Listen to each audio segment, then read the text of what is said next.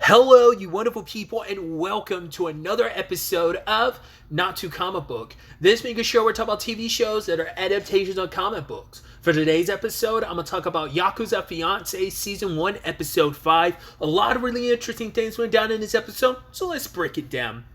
So we're immediately picking up in the aftermath of last episode. Yoshino wakes up. It seems like her fever has passed. I mean, we kind of got that last episode between Kirishima talking to her grandfather.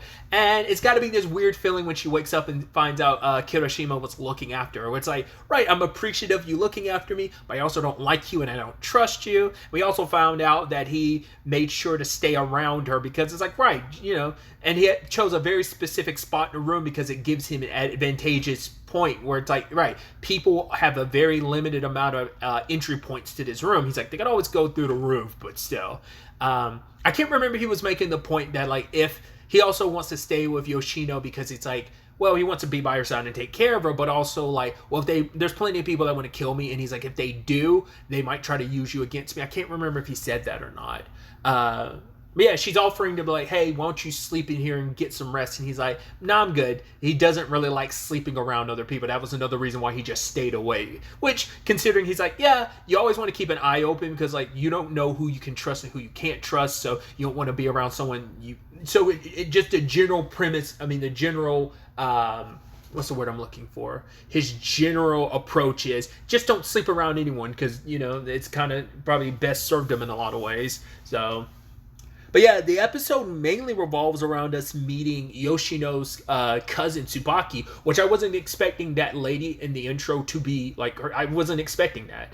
She is in the intro for a little bit, but I was like, I would have never guessed she was Yoshino's cousin. I'd assume she was some lady in Kirishima's life. Even if she wasn't, like, even if there was no intimacy there, at the very least, I thought she'd be someone that Kirishima was familiar with, at least to some extent. Never saw the Yoshino cousin angle to it, because it turns out that she's the granddaughter of one of Renji, Yoshino's grandfather. That's one of her Tsubaki's grandmother's one of his mistresses. So I wondered if she had, like, well, I guess it's just kind of a generally aware thing of, like, right, Yakuza, probably a playboy having multiple concubines and mistresses type of situation. But it's interesting too because it's like apparently Tsubaki's grandmother showed up with Tsubaki's mom when Tsubaki was like 10 years old, and it was just like, yo, this is your kid, and Renji just didn't fight it, just accepted it. So it's like, yeah, that's my, you know, it's kind of like, right, that's my aunt and stuff like that. So interesting family tree we're learning about, especially considering, well, I'm curious about her mom's side of family, because I can't remember, because, like, her father came up in conversation, was it last episode or the episode, it was either episode 3 or, no, either episode 4 or 3, I can't remember, but I don't remember if I talked about, like, well, considering he was, like, I think because he was against the Yakuza, I was like, oh, so that means Renji's his dad, but, like, we don't know anything about her mom's side of the family. Her mom's side of the family must not be important. I'm curious, once again, if she's with her grandfather, with Renji, and so... I'm wondering, does she have no ties to her mom's side of the family, or does her mom's side of the family want nothing to do with her because of Renji? I don't know. I'm curious if that's something the story's going to ever explore. It just feels like they're purposely leaving that off. So, like, only focusing on, like, Renji's side of the family feels like there's a reason for that. I mean, obviously we're talking about Yakuza-based stuff, so it makes sense, but the non-Yakuza side of her family, not unless her mom's side of the family is from something else entirely, and not unless it was like a guy who wanted nothing to do with the Yakuza side of things, Yoshino's dad, not unless he met someone who was in a Yakuza family, was in the same boat, or maybe she really was just some regular person. I'm curious. I also think it's interesting, too, that Yoshino was kind of trying to make a point of, like, saying, like, Tsubaki and Kirishima would kind of work well together. It's like, oh, she's your ideal woman. She's got this hairstyle. She's this, she's that. It's almost like you're trying to pawn him off on your cousin like that. But, yeah, they seem like, initially, they kind of seem like they're getting along well. But it's like, as we find out later on, it's just a fake pretense. We kind of see well... I can only assume Yoshino's never seen the darker side of her cousin, because I think we get glimpses of that this episode, but I don't think she ever did.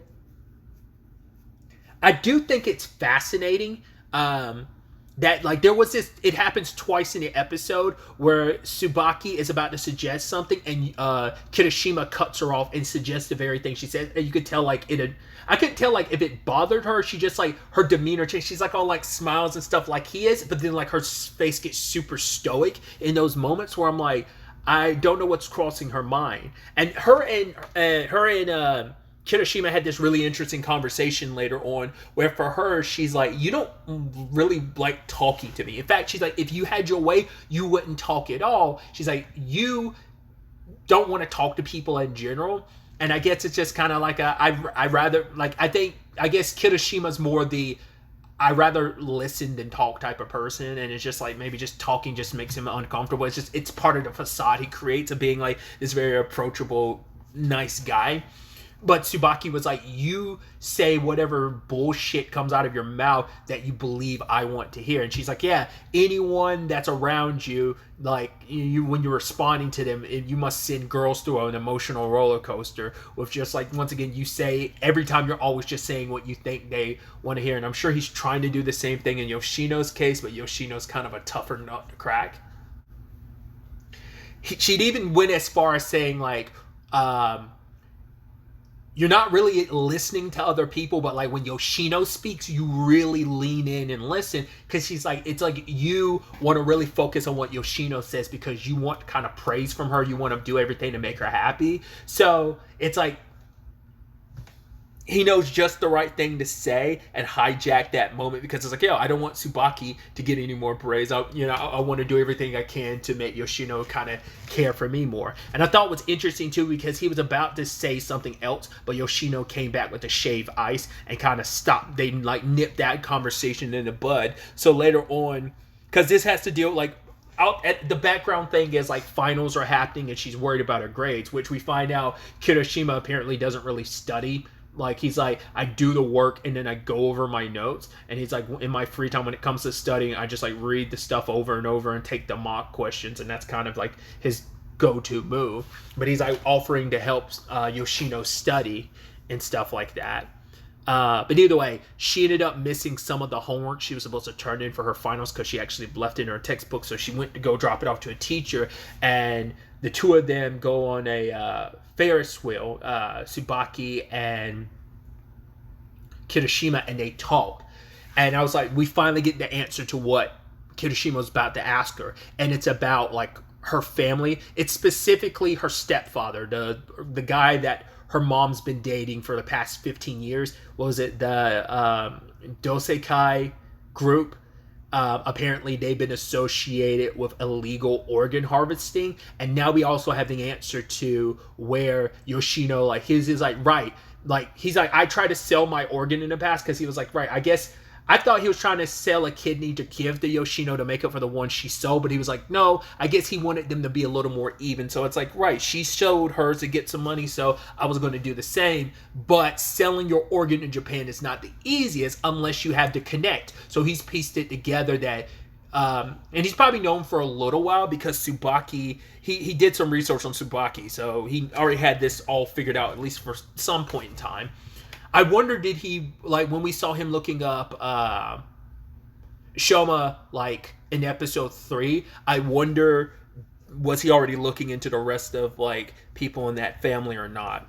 So maybe around then is when he found out about Tsubaki, or maybe he already did research, and now only in episode 3 is when he was looking up Shoma, but, like, maybe everyone else he'd already looked up to some extent. I don't know.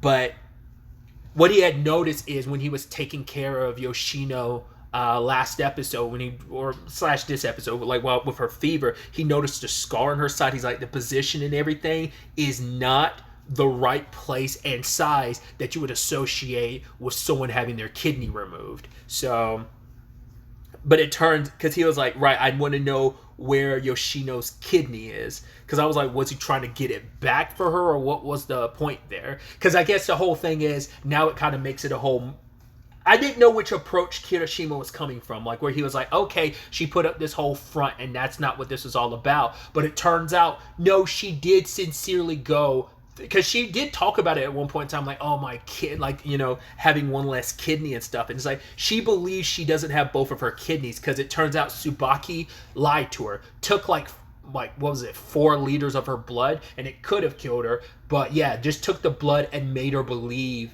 That's probably why she was feeling a little weak, because it's probably like, right, let's make you think that we took your kidney, so if you woke up and you were decently fine, you would think something's up, so you're not going to question it. You're going to, I mean, and she even says later on she trusts Tsubaki, so, but yeah, Tsubaki like took like liters of her blood and is like, oh, do you want me to sell it to you? But she's like, nah, I'm going to keep that, because she also wants to keep this secret, because she doesn't want Yoshino to know the truth about like what she did, which Kirishima isn't the type to really probably run and tell. I don't know. Maybe he would have if he thought it would benefit him in his dynamic and relationship with Yoshino.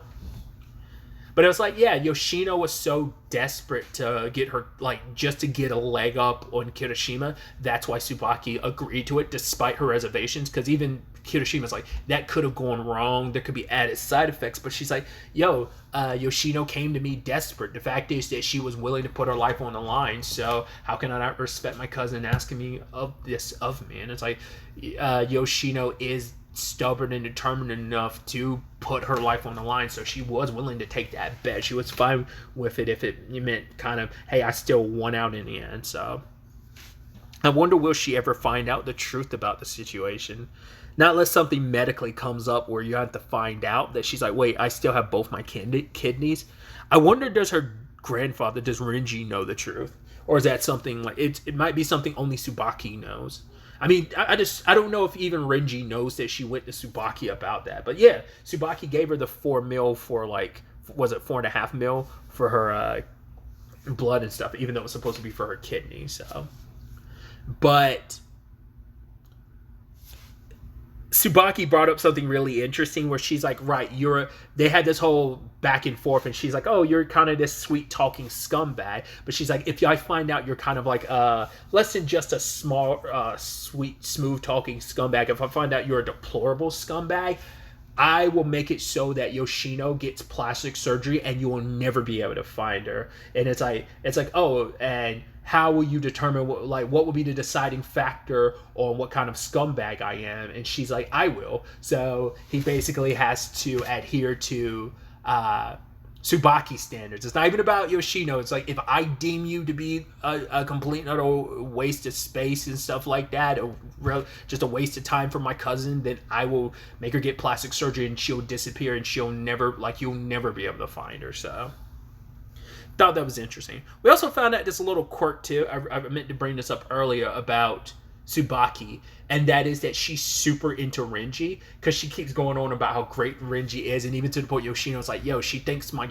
grandfather's so perfect. She's like, no, I recognize he has flaws, but those flaws just make him so great. You know, she's just going on this whole thing about him. I wonder what sparked all that. Like, why does she look at Renji as like almost like he's perfect in a lot of ways, which obviously kind of plays into the ending of the episode too, where, well, let me before I get to that point, there was that conversation where it's like, oh, the next day Yoshino's talking to Kirishima, and it's like, oh, did everything go great with Tsubaki? It's like, oh, yeah, it went fine. And it's like, oh, what did you two talk about? He's kind of like, rather not. Because she was like, right, I know I interrupted your conversation when I came back with the shave ice. Like, did you ever finish that? He was like, I don't know what you're talking about. She's like, whatever. I'm not going to ask you about the contents of the conversation. She's like, I trust Tsubaki and I don't trust you. But she's like, even if Tsubaki did something behind my back, without telling me, she's like, I'm perfectly fine with it, because I made the choice to trust Tsubaki. So I'd had to live with the fact is that, so it's kind of like, So kind of co-signing like, right, Tsubaki doing what she did, Yoshino might not know about it, but it's still a thing of I chose to trust Tsubaki, so if she screws me over in some shape or form, then I have to eat that. I have to take that loss. I have to take that L. But, but yeah, it's still the thing of I trust her enough to not ask any conversations, because even I trust her even if she were to like betray me or something like that. So I just thought that was interesting, and it once again just kind of shows where Kirishima is in the totem pole, because he had even brought up earlier in the episode where he was like, yeah, if I fall asleep, who's to say that your love for me doesn't end with you strangling me? She's like, the fact is I don't love you, so you definitely don't have to worry about me strangling you.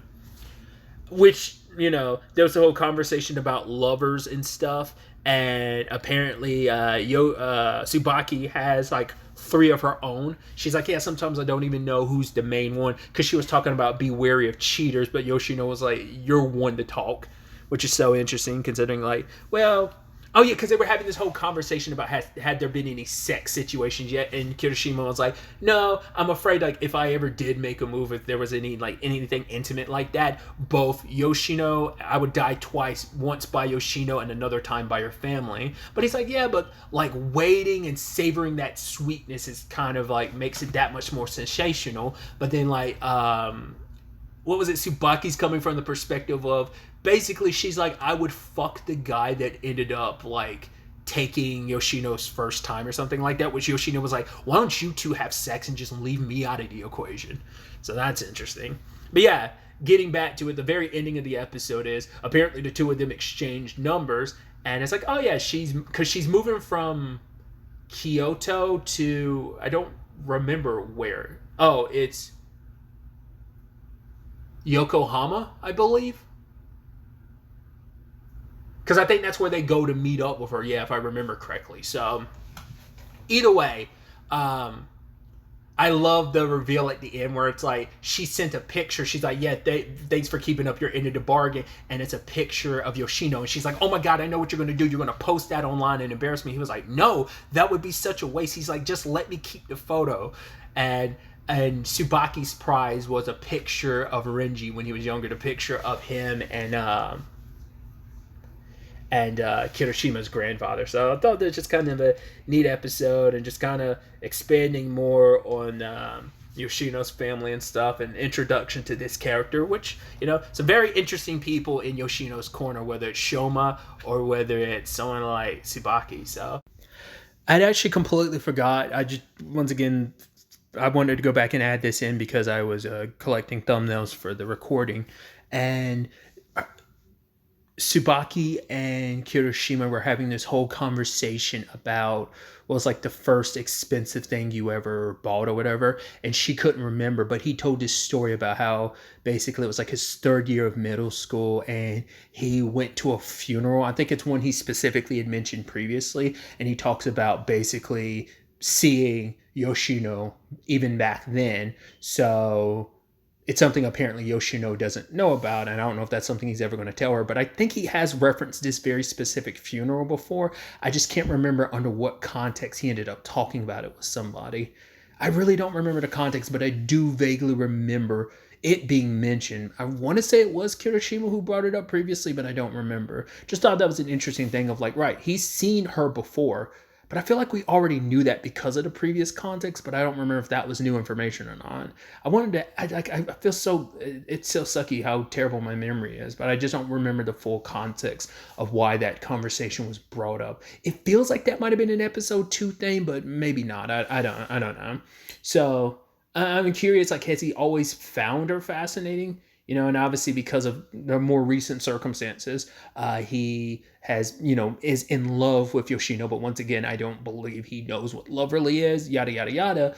But I wonder, was he always interested in her? Like, did she catch his attention even back then? Because obviously he goes on to this whole diatribe, like, throughout this episode about how beautiful she is. Because there's the whole commentary that's always been brought up previously about how much she looks like her dad. And even Tsubaki being like, oh, it's such a good thing that you still look like your dad. And she's like, I don't know what you mean by that. So I wanted to go back and add that in there. So this will probably get slapped on before the outro. So I'm curious to see where all this ends up taking us going forward into the next episode.